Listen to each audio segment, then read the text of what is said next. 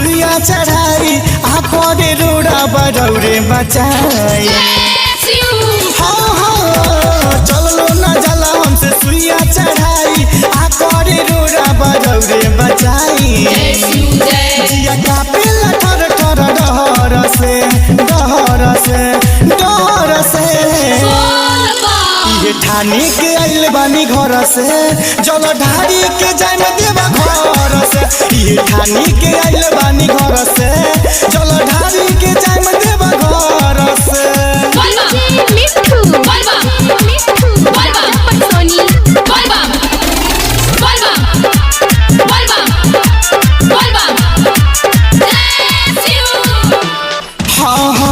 पहिला सुमारी हटे सावन के महीना ऊंच खाल रहिया में चुअता पसीना।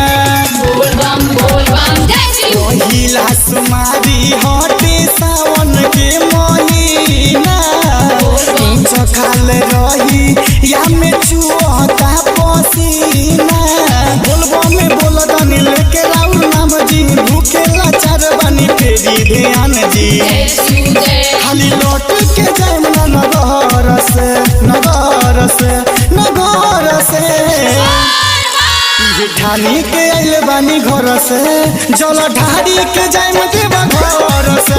ये ठानी के आइल बानी घर से जल ढारी के जाए देवा घर से।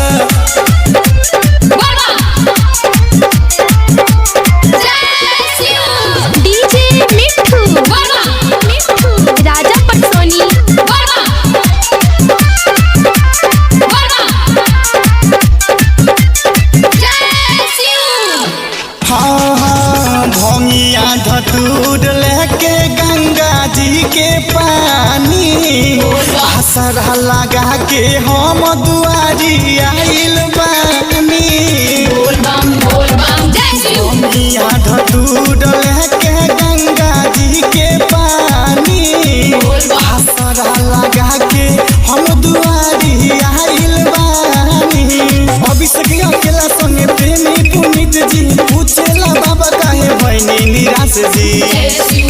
मन भागेला ना विष जहर से ये ठानी के आइल बानी घर से जल ढारी के जाए देवा घर से। ये ठानी के आइल बानी घर से जल ढारी के जाए